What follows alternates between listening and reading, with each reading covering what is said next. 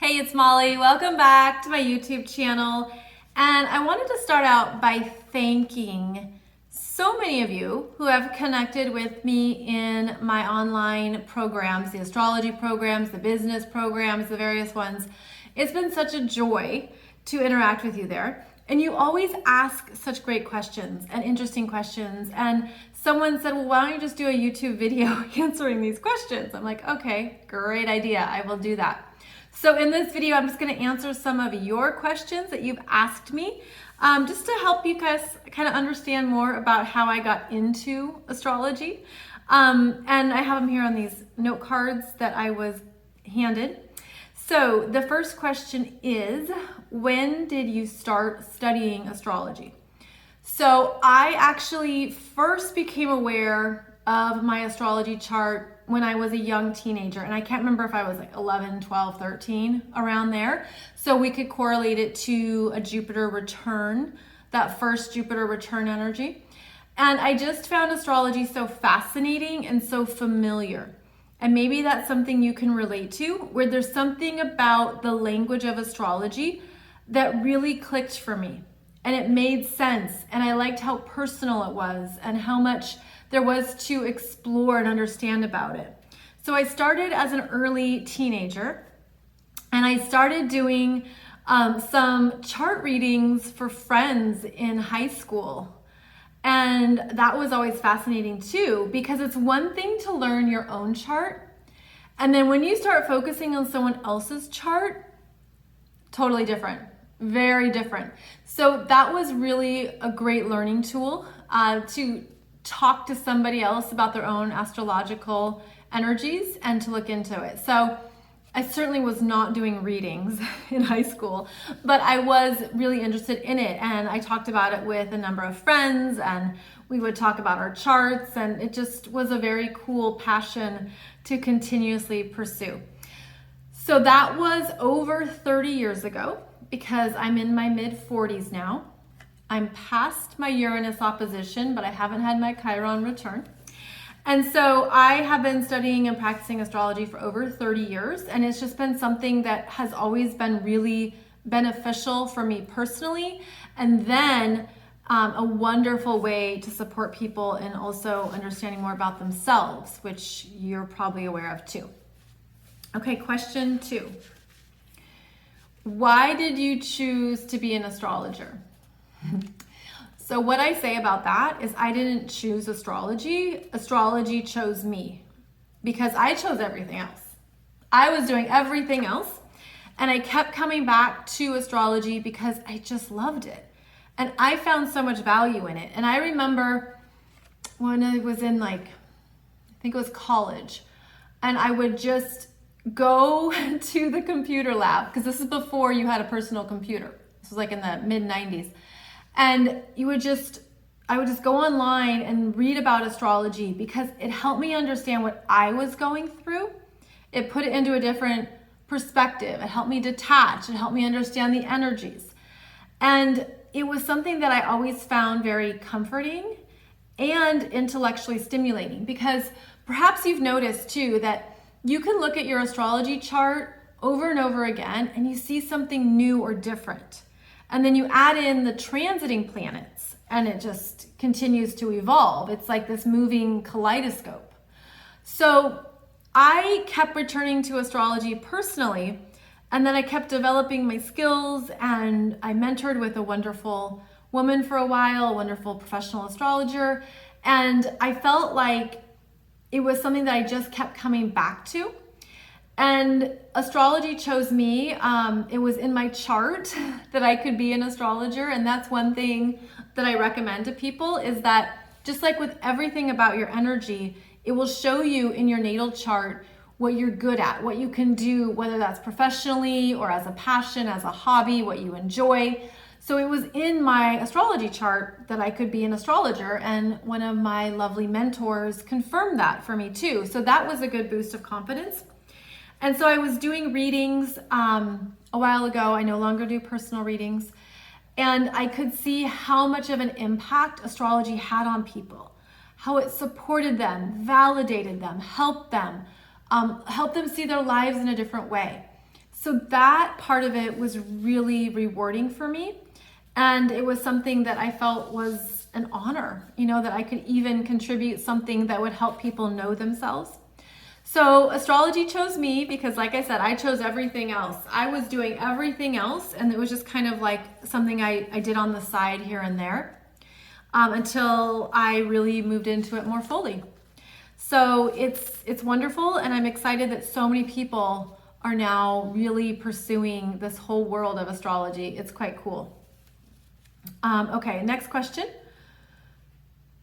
Spiritual awakening. When did you have your first spiritual awakening? So there's so many awakenings we have in our life.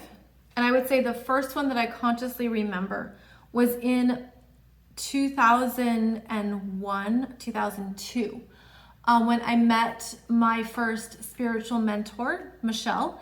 And she was an amazing eye-opening guide for me that introduced me to the universal energies. And that led to understanding the universal spiritual laws and into what it meant to be working with the law of attraction and manifestation and all these things that sounded really far out there until you started practicing them, until I started practicing them, until I understood that we have conscious choices to make in our lives and that there's things that we can harness and co-create with the universe. And it takes ongoing practice and ongoing belief. So that was my first spiritual awakening when I was opening up to more of these universal spiritual laws, as we call them. And then I've had multiple spiritual awakenings since then, simply because it's a spiral. It keeps going. It keeps growing us. We keep, evolving into higher levels of consciousness. So you can probably remember your first spiritual awakening, whether that was a book, a teacher, an event in your life, something, but then it opens you up to so much more. And of course, that's where it continues to be really interesting, doesn't it? Okay, next question. Oh yeah, when did you start channeling? So I didn't realize I could channel, but it was 2009. And I remember that because I remember I was going through some really quiet years of my life. Can you relate to that? Where there's times when you just feel like nothing's happening. Like my life is quiet. There's not much going on. And of course that has value, especially in hindsight. But this was 2008, 2009. My life was really quiet. It was very mundane. And I was just kind of like going day by day through things. And because it was so quiet, I turned to other books, other interests, and I started hearing and receiving messages and downloads that I verified as being quite accurate. And so that's when I started channeling, automatic writing, really listening to this information, the voices that came in. I started writing out the answers I received. I would ask questions and receive an answer. And I knew it wasn't my own voice because the language, how do I describe it? It's like the language and the tone of the messages were really different than how I speak or how I would answer a question. And so I really trusted all of these downloads. And I already knew about protection, like the protection of light, the protection of your energy, what to be very conscious of that you're connecting to and calling in. So I always felt that it was something I could trust. Never had fear, wasn't scary, nothing like that. That was never the vibration. But I started channeling, and I remember I wrote some things out. I started typing some things out. And I remember one of my mentors was like, well, you could do this, professionally. You could offer this messages more publicly. And I said, no, thank you. No, thank you. I just wasn't into it. And I wasn't in that space in my life to do it in a more public way. But that evolved and grew as things do. I think that it comes down to your own willingness, your own willingness to just go with it. I think of it too as, you take your hands off the handlebar and you're just like, okay, I don't know where this is going, but I'll just trust it. So it was 2008, 2009, and it took me a while to really do it publicly. Okay, actually, I remember that I published some articles and some channelings 2011, 2012, 2013 on my website, and then put them into an ebook. And that was just how I started, putting my foot in the water of sharing some of this stuff and trusting it, because the vibration of it felt really beautiful and really strong and very much like light.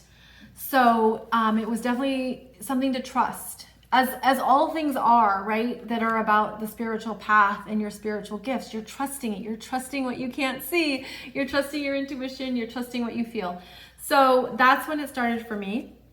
And it just kept growing, although I did come and go from it.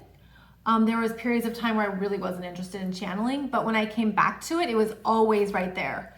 So it's gotten stronger, and things have evolved in terms of some of the energies I feel comfortable connecting with now. So it's been very positive for me. I also believe that many people are able to now connect with even more energies, and that's a really exciting time here on the planet to trust this for ourselves. Okay, just found out you are an author. When did you write your first book? Okay, so I have 10 books. 5 of them are ebooks only, and then 5 of them are paperbacks. Wait, okay, so these 5 are the paperbacks. And 2012, 2013, I wrote a ton all at once. I had books in various stages for many years. So for me, it's never been linear. No, it's been kind of all over the place, and then I take it and run with it, a certain topic or book or whatever is calling to me. It's much more of I'd say more of an intuitive process. But yeah, so these are the 5 paperbacks, and then there's 5 that are only ebooks. And there are other books in the works that, again, it's not linear. We'll see when I get to them. But it's something that I do enjoy, and that, as with all things, like you develop your own methodology with it, your own way of approaching it, and your own experiences with it. But it's been awesome being an author, and certainly a dream come true. So thank you for asking. Thank you for asking. What is something on your desk that may be surprising to know about you? Okay, I have note cards everywhere and Post-it notes everywhere. I have to write things out. I mean, for all the ways that we use technology and we do typing and we use our phones, I have to write things out. So I literally have these types of Post-it notes and note cards everywhere, because they help me organize. And I like to be able to put things on a note card and to see it, and then to like move it around, especially if I'm organizing or planning something. Like when I'm planning a course, an online course, or writing one of my books, I put things on note cards, and then I put them up, and then I organize them and look at, okay, how is all this going to work together? What makes sense? How does it flow? What topics go together? So maybe that's something surprising, is that I use note cards and Post-it notes all the time. And for me, it's very organized. It's very visually satisfying as well, because then I can see where things are at. And again, I like to have it as a tangible thing, like where I can touch it and write on it, not just something on a screen. So thank you for that question. And then online business guidance. You have a lot of online courses and a few websites. Yes, that's true. When did you start your online business? I'm just looking to get going. I have some things planned out, but I'm finally seeing that it's a lot of work. How has it come together for you? Okay. So it is a lot of work. It's more work than you think. It will take longer than you think. Everything will take longer than you think. When you're starting on a new program, a new platform, anything with technology, there's a learning curve to use it. All of that takes time. So there's a lot about building your own online business that's going to require more from you than you realize at first. And I am very realistic and practical, and I tell people you got to give it 3 years. And you're like, what? 3 years? I know, everyone's selling you on what to do right away, how to start making money right away. All of that can work. Anything is possible, but what is probable? And this kind of business, it just takes time. It takes time to create a course and get things going. It takes time to build an audience. It takes time on social media. Everything takes time. And then there's things you're learning and you're changing and you're course correcting and you're overwhelmed and you're frustrated. And there's the times when you want to give up because it's like not making money. All of that is part of it. All of it. So I actually started my first blog in 2006. That's when I was living in Paris. And then I started my first actual website in 2011.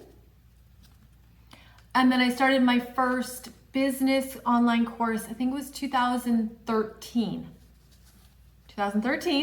And then I've been growing and developing it from there. So it's of course taken time, and then I've had a child and I didn't work for a little bit, and you know, life happens. But what I have experienced and what I recommend is that it will take longer than you think. It will be harder than you think. It will absolutely be worth it if it's right for you, meaning if it's really your passion and if it's really your calling. It's like so many things can open up that just feel like you're right on target. You're on the right path. But it's not easy. It's not easy. I mean, I don't know how many courses I have now. I have a lot because I've developed them over years, and because I have my groove and I know how my technology works and I know how my platform works. I know how to make things happen, but it's taken time, and there's lots of shifts and changes that happen with that. And ultimately what you're looking for with an online business is that you're looking to grow it up in a way that you have consistent, reliable income. That takes time. That's different than having one launch. A successful launch is amazing. I mean, you can have wonderful launches. I've had launches that nothing happened. I've had launches years ago where I made no money. That's defeating. That sucks. You go back, you look at it again. What do I change? What needs to happen here? What am I missing? What did I not do correct in the messaging? What pain points am I not hitting? I mean, there's a lot that needs to happen. And I have some good friends and some fellow people that I know that are developing their online business, and they're more at that beginning phase. And I am regularly giving them the realistic insights into what this takes, which is different than what you might be sold. Because when people are selling you something, they're looking to make money off of your desire, maybe your desperation, maybe you want a quick win or instant success. And that can happen, right? When you talk about, okay, anything is possible. Anything's possible. But what's probable? Well, those change. The probabilities change. It takes time to build an audience. It takes time to develop your courses. It takes time to figure out what you're offering that's unique and different. So go easy on yourself. Go easy on yourself, because there's a lot that goes into it that you only learn as you're taking each step. It doesn't happen overnight. I know that sounds like sexy and cool and like, I've never known anybody who's had overnight success with this industry. I've known a lot of people who have an online business while they're doing their 9-to-5 full-time job, but they don't talk about that publicly. They make it look like this is my online business, this is everything, but they have another job. I know like 5 or 6 people that was the case. So there's a lot too that you just don't know until you're in this stuff and you're going through the motions of it. But like I said, give it 3 years. See where you're at in 3 years. And if that's too long for you, okay, maybe adjust your expectations. Look at your commitment level, look at your intentions, look at what's driving you. I would say my first three years, what was different then? I can't even compare it. Everything's different now. So, because I've been doing this over 10 years, everything's different now. Whereas 10 years ago, I mean, there wasn't even Instagram. So there's things that are just very different now that you can't compare, which can be great, which means you can take off. You can have things come together faster, but there's different dynamics at play. There's always different dynamics at play. So it does depend on multiple variables, and there's multiple things that are happening all at once, but give it time. Give it time. And I mean, 3 years, like that's even what your financial professional will say to you, is that you need at least 3 years of income to determine what your average income is per year. So this is something you commit to for years, not just months, or not just for like that quick win or that quick success. And that's what really shows you your determination, your commitment, what you want to do with this, what you want to make of this. And that's also where it's really exciting. Like I'm so in love with my business that I'm so grateful. I never take it for granted. You can't take it for granted, I think, when you've put so much into something. But if I knew starting out everything that was involved, it certainly would have changed my expectations, and I would have adjusted accordingly. Definitely. I would have planned differently. So just know that having an online business these days is awesome, but it takes time. It has a lot involved in it that you don't know until you're in it. But I look back and it's sort of like, when you're climbing a ladder, like every rung of that ladder matters. Everything about it is preparing you for the next level or for success. But you wouldn't know that when you're at the starting point or until you're further along. So just stay committed, stay aware of what's possible, stay focused. Understand that it's a wonderful, exciting time to have an online business. Like there's room for everybody. There's room for everybody, but it does require being in alignment with your own energy. And I think that's the best place to start. And I mentioned that actually in another video, where you want to know your energy. That's what you need, because your energy is your business model, and that will show you how you're energetically designed to be successful, how to reach people, how to grow, how to develop, all that good stuff. So just know that there is absolutely room for everybody, and that it can be very rewarding, but you got to stay committed, and you've got to be prepared for the ups and downs. I mean, that's just part of any path. So thank you for that question. I guess that was my long-winded answer about that, because I got a lot to say about that. And that was the last question. So thank you for your questions. So lovely to connect with you. And I hope that there's some good videos here on my YouTube channel. Be sure and check those out. And of course, there's more over on my website, mollymccord.online, where you'll find more of my business programs and offerings as well. I'll see you back here real soon.